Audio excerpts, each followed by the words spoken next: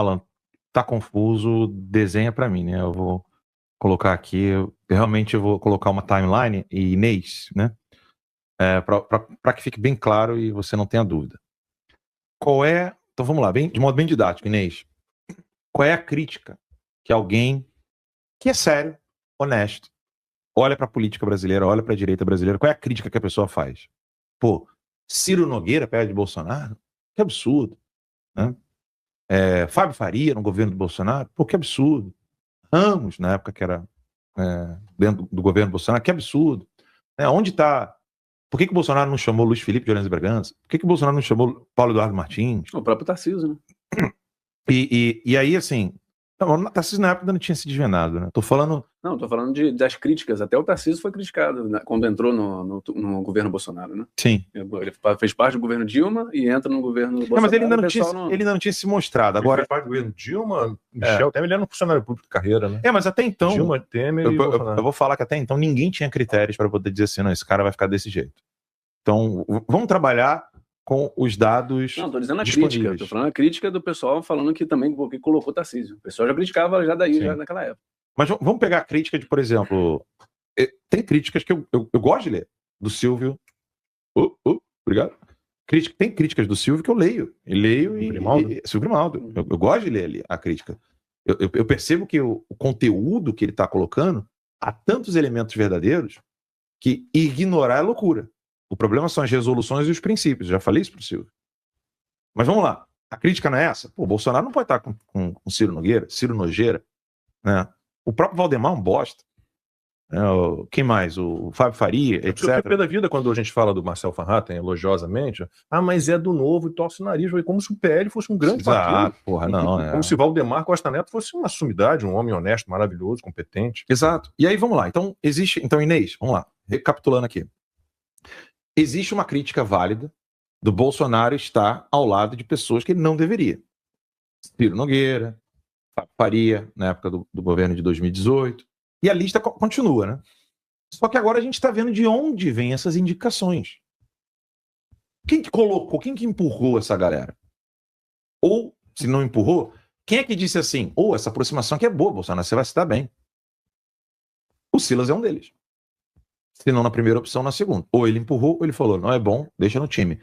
Então agora, Inês, fica claro para nós que se você tem algo a criticar do governo Bolsonaro, no período que ele foi presidente, você sabe para quem ele deu ouvidos. Aí agora vamos imaginar o cenário onde o Bolsonaro não dá mais ouvido para essa pessoa. O que acontece? Ele não vai estar mais acompanhado dessas pessoas que a gente sabe que não são boas. E aí a gente sabe o que acontece. Acontece isso que o Silas acabou de dizer. Né? Não consultou ninguém? Como assim? O Bolsonaro estando preso, infelizmente, isso é uma verdade, é duro dizer isso, perto de morrer, ele tem que consultar o Silas para indicar quem ele gostaria que desse continuidade ao legado dele? Quem tomou facada, Silas? É sério, a pergunta é honesta. Silas, quem tomou facada? Quem ficou correndo o Brasil inteiro? Tudo bem, se você também tem o seu mérito, você movimentou ali entre os evangélicos, etc. Mas o mérito é do Bolsonaro.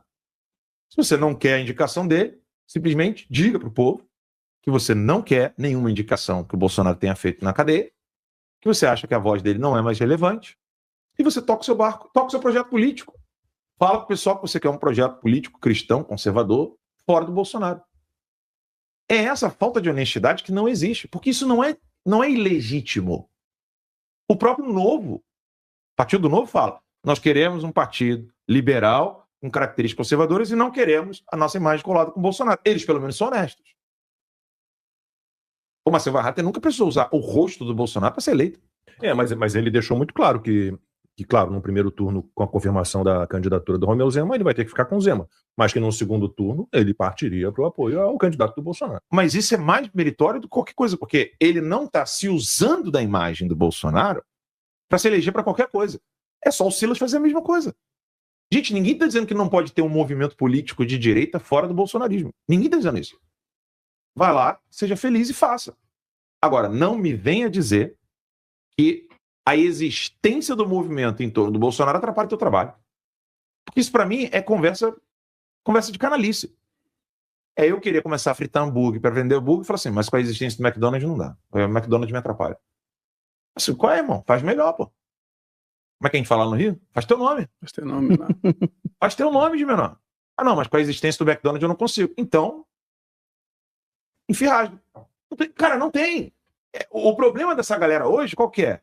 Eles não suportam a força do Bolsonaro, ficam putos que o povo entende o sofrimento do Bolsonaro e quer se colar no Bolsonaro. Como é que é a frase? Vamos colar no... Como é que é a frase? Descolar.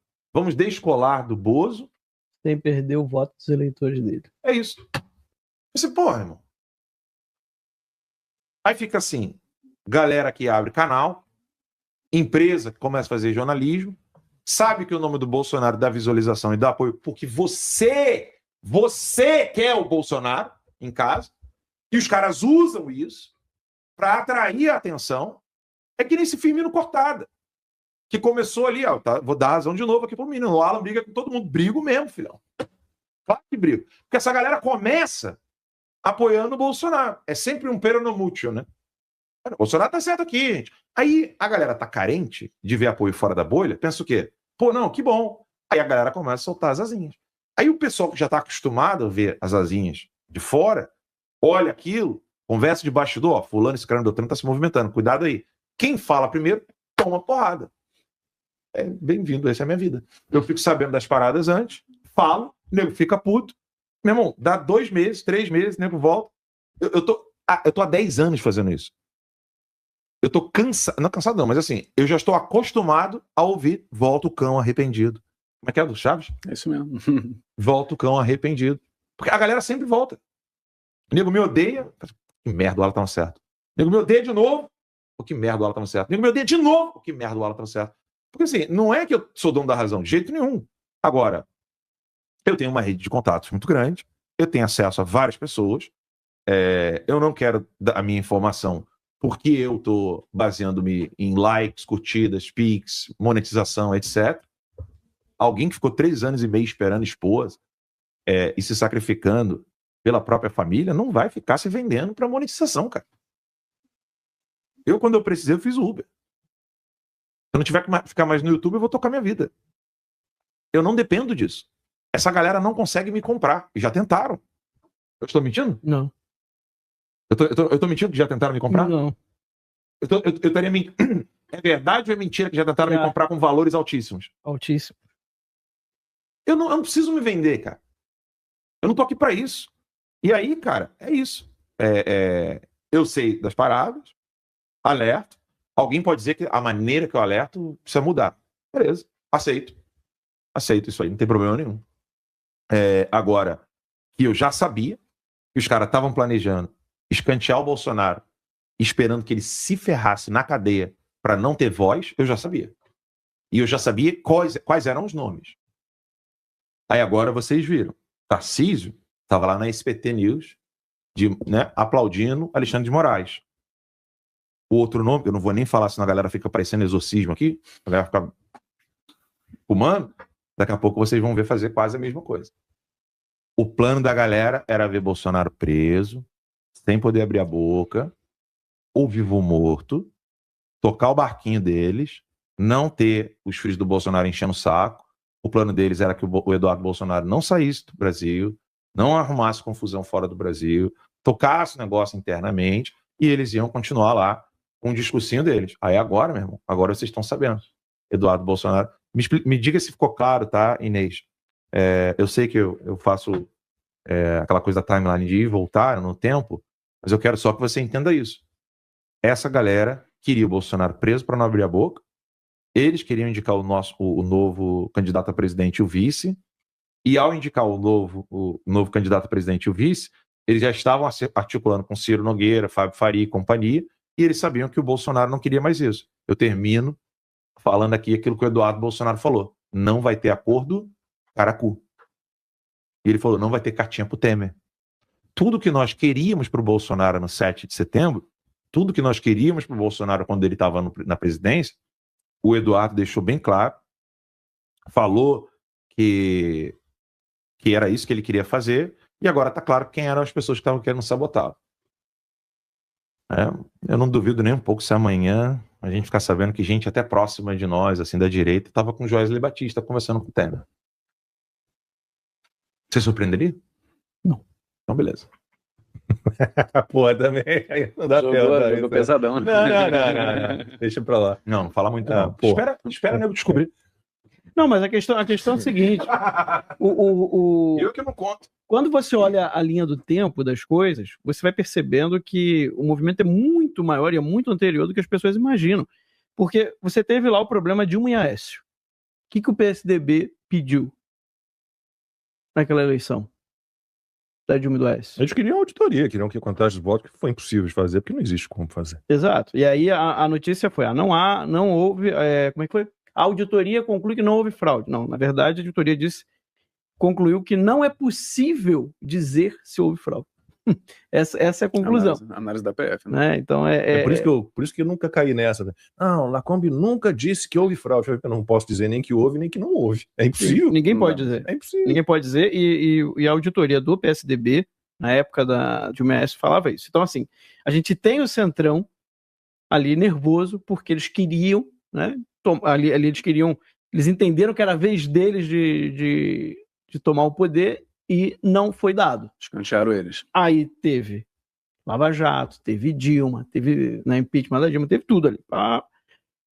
Entra o Temer. 2 anos ali do Centrão podendo dar aquela respirada. 2018, qual que era o plano do Centrão?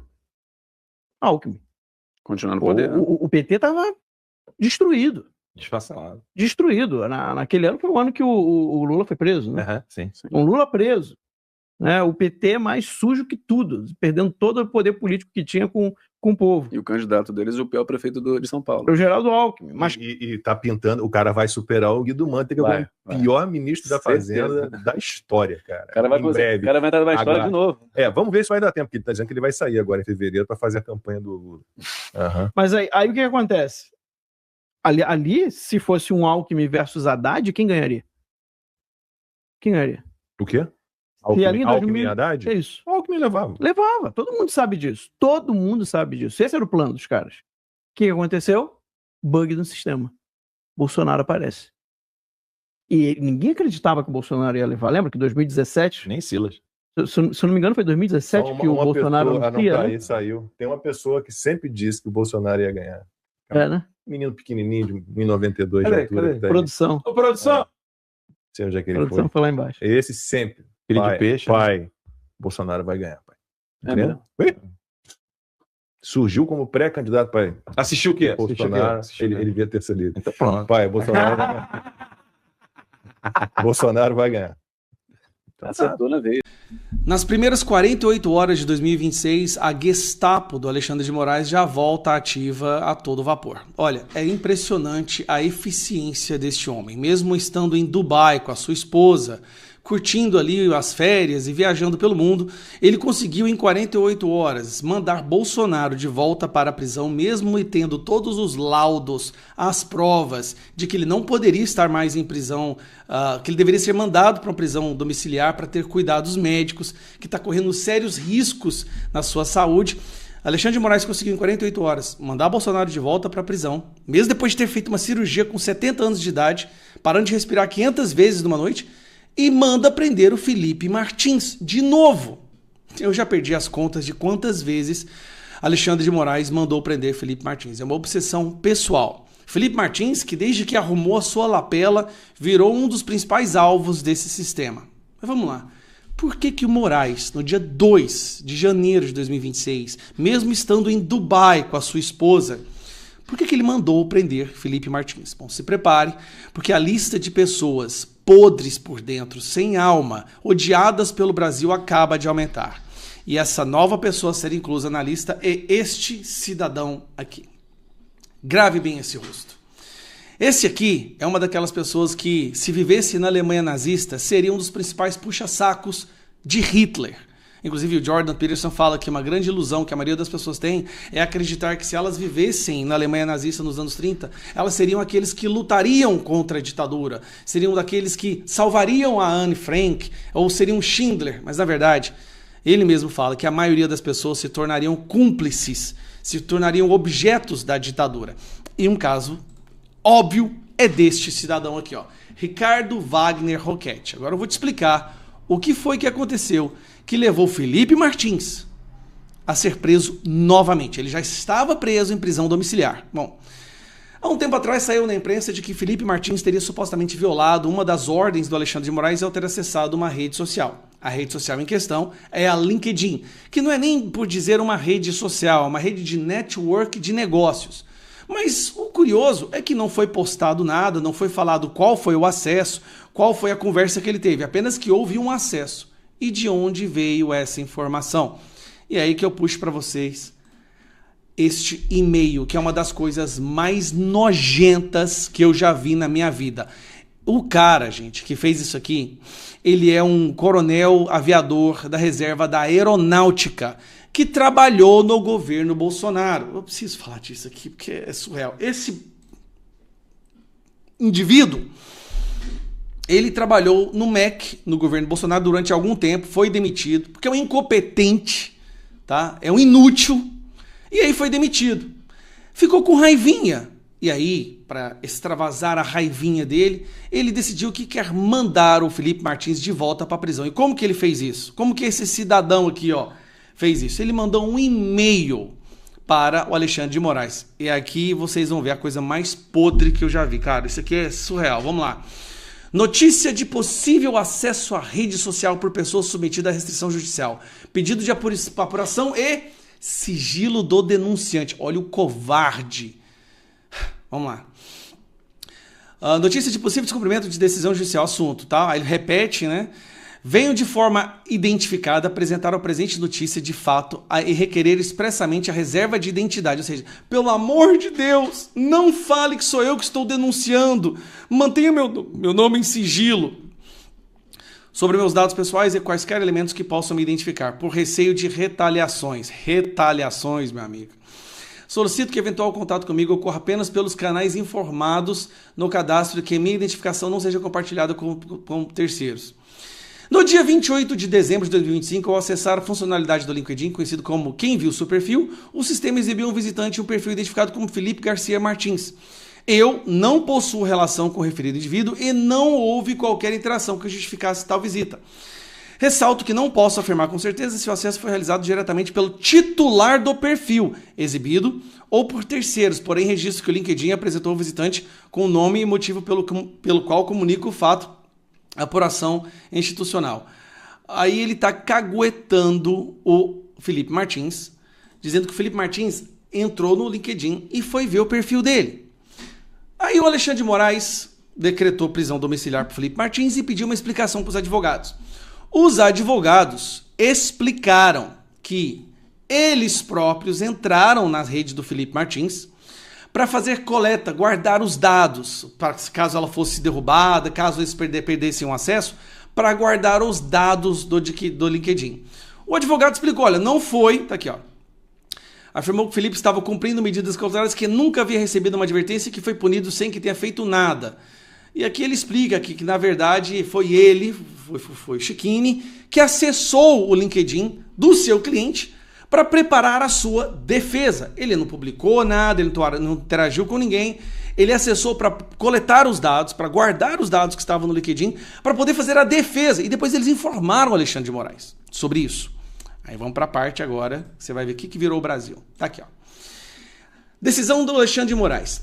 Efetivamente, não há dúvidas de que houve descumprimento da medida cautelar imposta, uma vez que a própria defesa reconhece a utilização da rede social, não havendo qualquer pertinência da alegação defensiva, no sentido de que as redes sociais foram utilizadas para preservar, organizar e auditar alimentos informativos pretéritos relevantes ao exercício da ampla defesa. Olha, às vezes, na rede social da pessoa, ela consegue pegar, por exemplo, um print de quando ela estava num determinado local e não em outro que o Alexandre de Moraes estava denunciando. Então, como que você vai provar uma determinada informação que está ali na sua rede social se você não pode acessar ela? O acusado demonstra total desrespeito pelas normas impostas e pelas instituições constitucionalmente democráticas. Aí, de novo ele joga isso aqui, cara. Ai, meu Deus do céu. Em virtude de que, ao fazer uso das redes sociais, ofende as medidas cautelares aplicadas, assim como todo o ordenamento jurídico. Aí, o que o Alexandre de Moraes decide fazer? Decide prender o Felipe Martins. De novo, por causa desse cagueta Aqui, ó, essa pessoa, esse aqui. Cara, eu vou falar pra você, eu não tinha condição. Como que eu posso conhecer uma pessoa hoje de manhã e já sentir um nojo por ela dessa forma? O que leva uma pessoa dessa idade, um cara que foi coronel da aeronáutica, o que leva ele a falar, não, hoje eu quero destruir a vida daquela pessoa que eu sei que é inocente? Quais foram os crimes do Felipe Martins? Arrumar a lapela? Usar um Uber? Não ter viajado para os Estados Unidos? Não ter feito uma minuta? Não ter assinado uma minuta? Não ter participado de uma reunião? O crime do Felipe Martins foi não ter delatado o que o Alexandre de Moraes queria que ele delatasse. E por isso ele falou, eu vou aguentar todas as consequências. Todas. Todos esses Ricardos que aparecerem na vida dele, ele vai aguentar. E aí a Polícia Federal hoje vai lá, aparece para prender o Felipe Martins. Cara, assim, é muita revolta, é muita... O coração da gente não aguenta, a gente vai adoecendo, cara. A gente vai adoecendo com isso que tá acontecendo. E aí o Alexandre de Moraes vai lá e fala isso aqui, cara. O acusado demonstra total desrespeito pelas normas impostas e pelas instituições constitucionalmente democráticas. O Alexandre de Moraes, o cara que até agora não respondeu o contrato da esposa dele de 129 milhões, que agora surgiu na internet a conversa dele fazendo lobby pro desembargador lá que tinha aquela funcionária fantasma em 2015. Ele é a instituição democrática. Ele é a democracia no Brasil. E de Dubai, olha a eficiência do cara, de Dubai, ele manda o Bolsonaro de volta pra prisão e manda prender Felipe Martins. Cara, curte suas férias um pouco, esquece, para. Que obsessão é essa com o Felipe Martins? Meu Deus do céu, meu Deus do céu. Não, eu vou encerrar esse vídeo aqui. Uma recente crise política no Brasil se desenrola em 3 frentes distintas. Vamos dar uma olhada. Olha, tudo começou com uma única decisão bem polêmica do Supremo Tribunal Federal, o STF. E essa decisão acabou gerando uma disputa de poder entre as maiores instituições do país. A faísca da crise foi uma decisão monocrática, ou seja, de um juiz só, o ministro Gilmar Mendes. Essa atitude foi vista por muitos como uma blindagem do tribunal contra a fiscalização do Congresso. A resposta do Congresso Nacional foi imediata, um verdadeiro contra-ataque. A Câmara não perdeu tempo, acelerou um projeto para limitar os poderes individuais dos ministros do STF. E olha que interessante, a indignação com a decisão uniu tanto o governo quanto a oposição. O senador Eduardo Girão, da oposição, cobrou uma atitude firme do Senado, não só discursos. E para complicar ainda mais o cenário, outra crise estava se formando, dessa vez na Polícia Federal. Policiais relatam que pagamentos para operações de campo estão atrasados há até 2 meses. A associação da categoria já avisou, sem pagamento as operações policiais podem parar completamente. E essa confusão toda não ficou só aqui no Brasil não, o conflito foi parar lá fora. Em uma entrevista nos Estados Unidos, o deputado Eduardo Bolsonaro levou o assunto para o cenário internacional. Ele fez uma comparação direta entre a situação do pai dele e a de Donald Trump. Para sustentar a tese de injustiça política, ele listou vários pontos durante a entrevista. Bom, com tudo isso acontecendo, o cenário para as eleições de 2026 fica bem incerto e explosivo. Para os apoiadores da oposição, existem alguns caminhos possíveis para tentar virar o jogo. No fim, a crise deixa o Brasil com perguntas essenciais sobre seu futuro e o equilíbrio entre os poderes.